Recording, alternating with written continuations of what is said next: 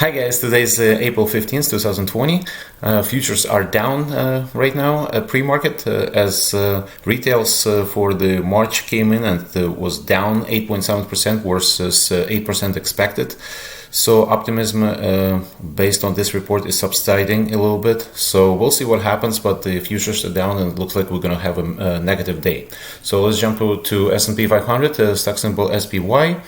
And I told you that SPY is trading very expensive. I mean, right now it's there are no good bargains out there. So I'm watching SPY to actually go down a little bit, and I'm expecting the SPY to trade a little bit lower. So I would be watching for pockets of opportunities, but in general, I think this market is very expensive. So let's jump to corporate news.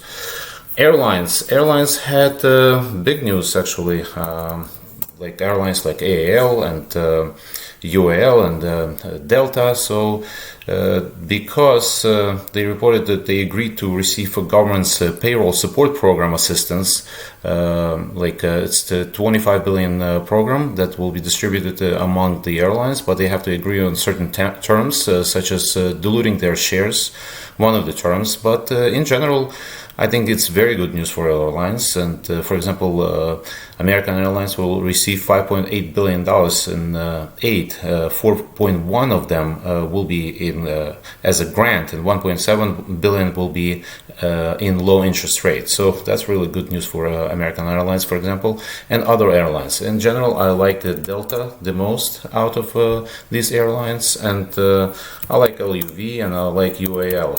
American is more exposed because they have a lot more debt than other airlines in general. So, but if you want to jump on airlines, and I think it's not a bad idea, but let it come down a little bit because the whole market is going to come down at the open.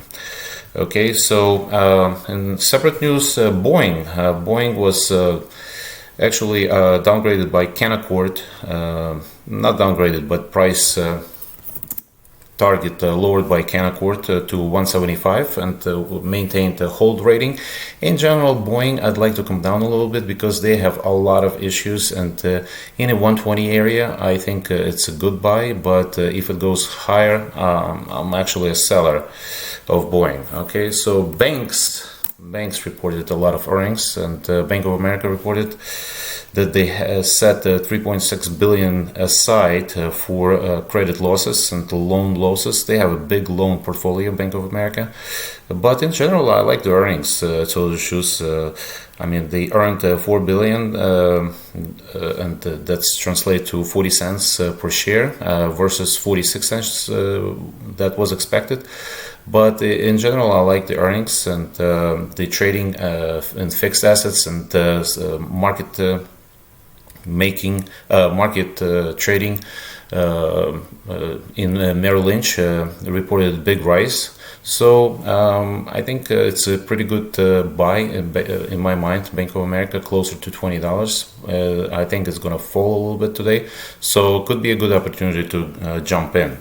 Also, Citigroup reported earnings. I think they reported inline earnings, but higher revenue. I actually was surprised by Citigroup earnings because I actually like it, and I thought they would have more losses in their credit card division because they have a huge credit card division. But actually, I like Citigroup, and they will be down today and closer to $40. It's a pretty good buy in my opinion. I also was impressed by Goldman Sachs earnings. Actually, I mean, of course, profits fell, and they warned about different headwinds, but in general, not so bad. I mean, a lot of gains in trading division. And I think if it comes down a lot, like in the 160s, that would be a pretty good buy in my opinion. Okay, Tesla. Okay, Tesla. Okay, so Tesla reported initiated by Goldman, whose price target of 868. I mean, only like a month ago, if somebody said they initiate Tesla at 868 price target, people would laugh. But now it's normal, and for the good reason, because Tesla, compared to other auto manufacturers, is a pretty good buy in my opinion, but not at the mid 700s. I mean, wait for Tesla to come down a little bit, at least under 700, because this is very expensive to me, especially in this environment. But in general, I love Tesla, and I own shares, and I think it's a very good company to own in general, long term. Okay, Procter and Gamble. PG, sorry. Okay, Procter & Gamble raised its quarterly dividend by 6%, and actually it's a very good stock to be in this environment. I mean, it didn't come down that much, but still on a pullback, I would be a buyer of Procter & Gamble. Okay, JBHT. JB Hunt Transports. Okay, so JB Hunt Transports reported inline earnings, higher revenue. It's a logistics and transport company. I actually like the earnings, and also in the same space, I like XPO. So XPO is opening lower, and I think it's a pretty good buy on a pullback, especially considering they pay pretty good dividend, both of them actually. Teladoc reported that it expects Q1 revenue above prior forecast. So the stock is higher. At 160, it's a little bit pricey to me, Teladoc. I mean, let it come down a little bit, and maybe you can buy it a little bit lower. But in general, I like Teladoc. I think it's a great company to be in. Okay, so GIS, which is General Mills, was upgraded this morning by Piper Sandler to overweight with price target of 67. General Mills is a food company and could work well in this environment because people are stacking their shelves. And also Campbell Soup was as well upgraded by Piper Sandler, and with the price target of 55. Also to overweight. Campbell Soup I like, and I mean, it's trading in line, but it's paying pretty good dividend, and I think it's a pretty good hideaway, safe stock. So when people start selling all the other stocks, they hide in those two stocks actually. So we'll see what happens, but in general, just to keep in mind, these stocks could be a good hiding place. Okay, SNY and GSK, which is Sanofi and GlaxoSmithKline. They reported a collaboration effort to develop a COVID-19 vaccine available second half of 2021. So that's pretty good news. And separately, these companies collaborated with smaller companies such as, for example, GSK collaborated with Vir Biotechnology, which I like a lot. The stock symbol is Vir. Okay, so Vir is buy in my mind under $30, and but I think SNY collaborated with Transport Bio. I don't remember the stock symbol. You can look it up. But in general, these companies collaborate in different areas, and they collaborated with each other. So they're working on a vaccine, and both of them I think is a pretty good buy in my opinion on a pullback. Okay, Moderna had a vaccine day yesterday, and it reported positive results on its Zika vaccine. And they actually said that they are cautiously optimistic about their COVID-19 vaccine. So I think a little bit lower for Moderna is a pretty good buy. I think closer to $30 is pretty good time to establish a position in Moderna. Okay.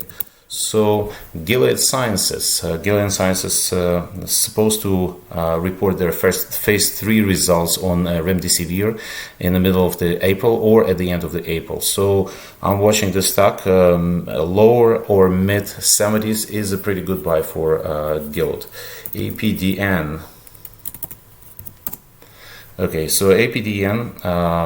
Applied DNA Sciences is higher this morning, jumping big time, because it said that it shipped COVID-19 linear DNA vaccine candidates to Italian development partner to begin preclinical testing. Okay, so that's pretty good news, but I would let it, if you want to trade the stock, I would let it come down absolutely, because this is way too high at the open. It's jumping way too high, and maybe if it comes down, maybe it's not a good time to establish a position. I don't know.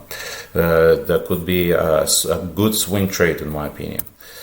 Okay, so Lway, L is stock symbol LWAY, Lifeway Foods. Okay, they reported they rose this morning because they expect 2 to 4% year-over-year growth in Q1. So in general, that's a milk product company.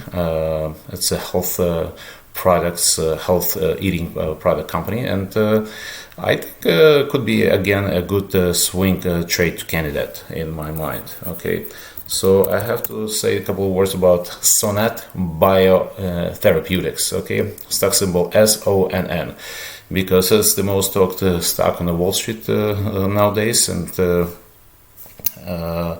there are no significant news because I mean there is only Altru Institute issued a promotional research report on Sonnet. Highlighting its platform in relationship to COVID-19. So I don't know if this is a good long-term buy or this is a good swing trading stock, but I would not touch it. But it's interesting stock to watch in general.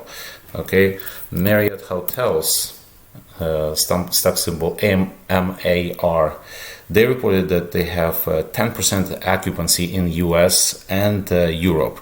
In general, you don't want to be in hotels, just like you don't want to be in cruise line stocks. Like I told you before, I'm not sure why people are so excited about cruise line stocks and even hotels, because these companies, especially cruise line stocks, have big issues because they have huge debt and they don't even get assistance from the government like airlines do. So I like airlines a lot more than cruise line stocks.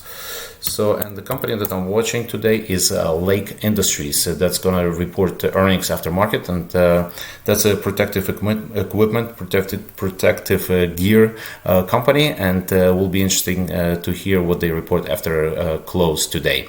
Okay, so don't forget to subscribe to our channel, guys. Click the like button, subscribe, and I'll see you tomorrow.